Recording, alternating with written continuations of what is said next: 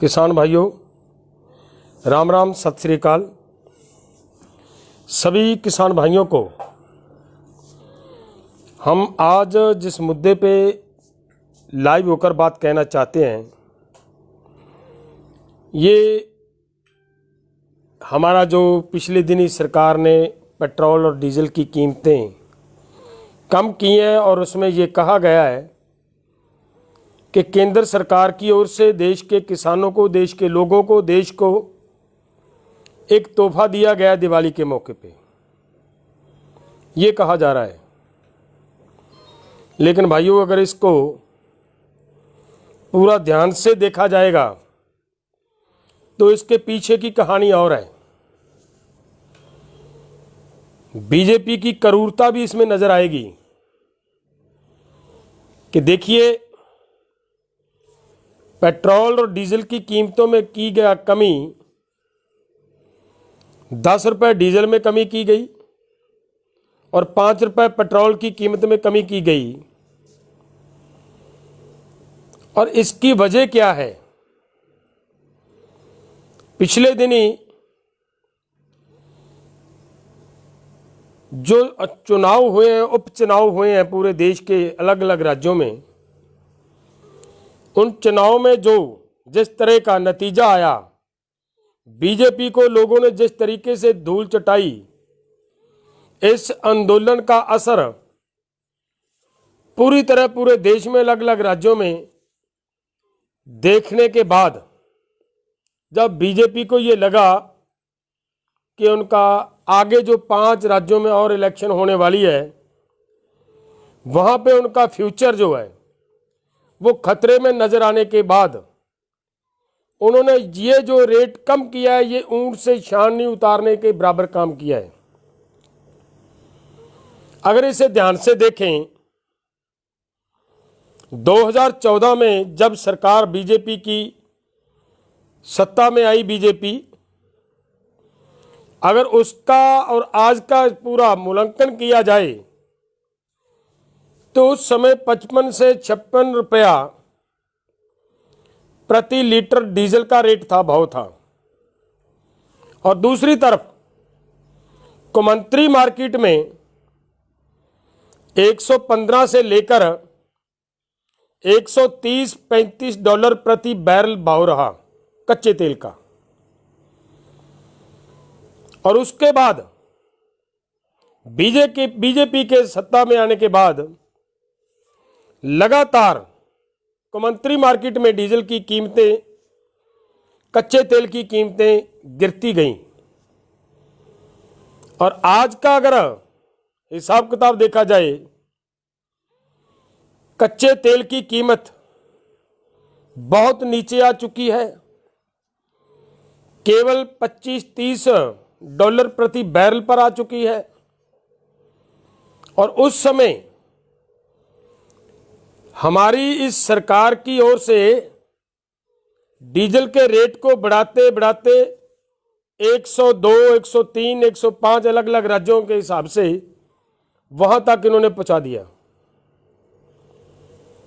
लगभग 45 रुपए प्रति लीटर डीजल का रेट बढ़ाने के बाद उसमें से 10 रुपए कम कर दिए, ताकि लोगों को यह पता लगे। जैसे आज बहुत बड़ी अफवाहें फैलाई जा रही है, बहुत बड़ी बड़ी बातें कही जा रही है कि बीजेपी ने बहुत बड़ा काम कर दिया, केंद्र सरकार ने बहुत बड़ा काम कर दिया, इसीलिए ये किया और लोगों को लुभाने के लिए, ताकि लोग आने वाली चुनाव में इस 10 रुपए कम किए डीजल के रेट के आधार पे बीजेपी को हो सकता है वोट दें, इनकी ये भावना थी।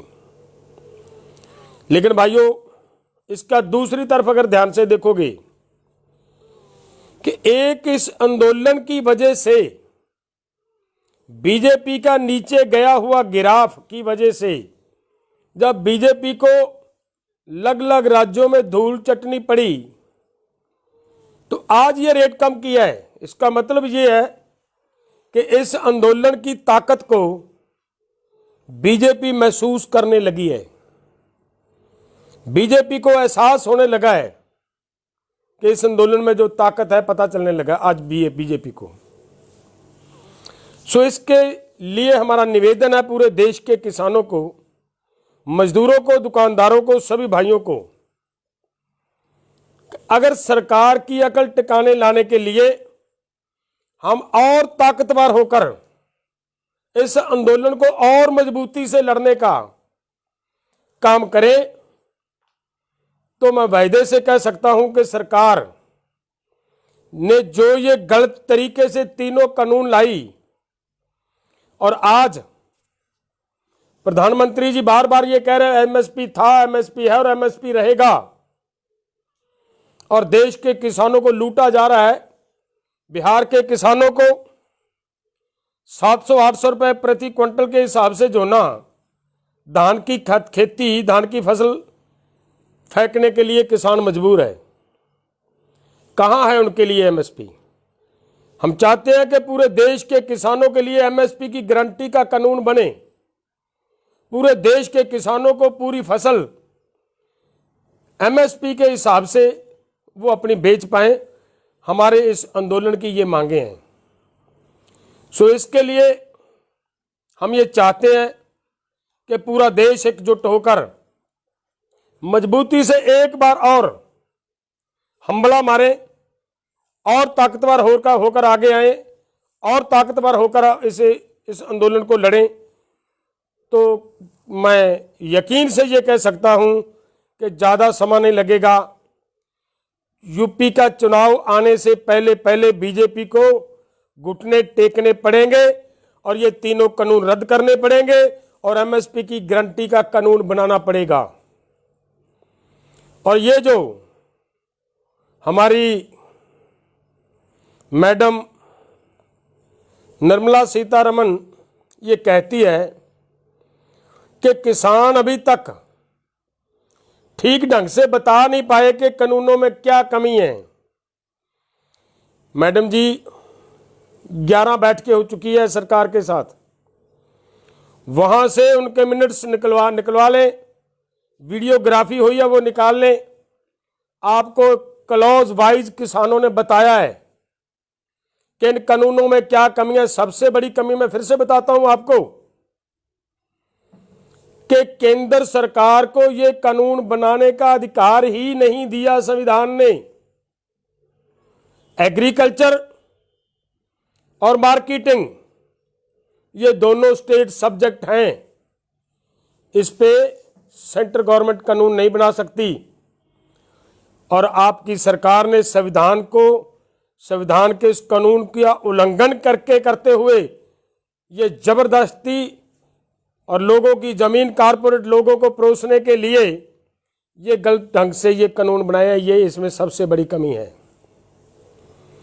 दूसरी बात भाइयों, मैं ये कहना चाहता हूं, लगातार लंबे समय से ये कहा जा रहा है कि देश का किसान पराली जलाता है और उसकी वजह से पॉल्यूशन होता है।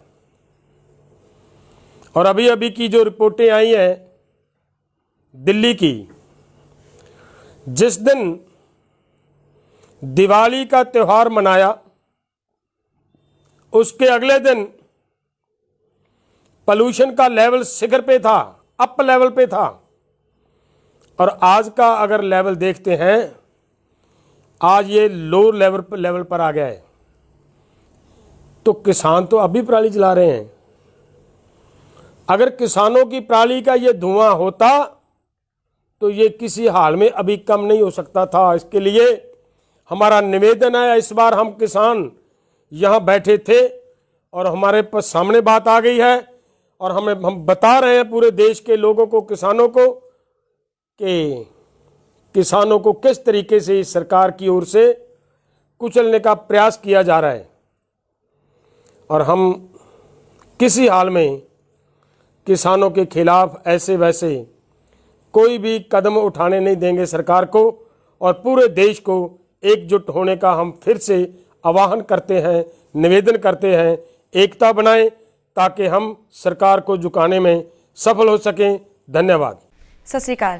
ਪਲੀਜ਼ ਸਾਡੇ ਚੈਨਲ ਸਾਂਝਾ ਪੰਜਾਬ ਨੂੰ ਲਾਈਕ ਤੇ ਸਬਸਕ੍ਰਾਈਬ ਕਰੋ YouTube ਤੇ।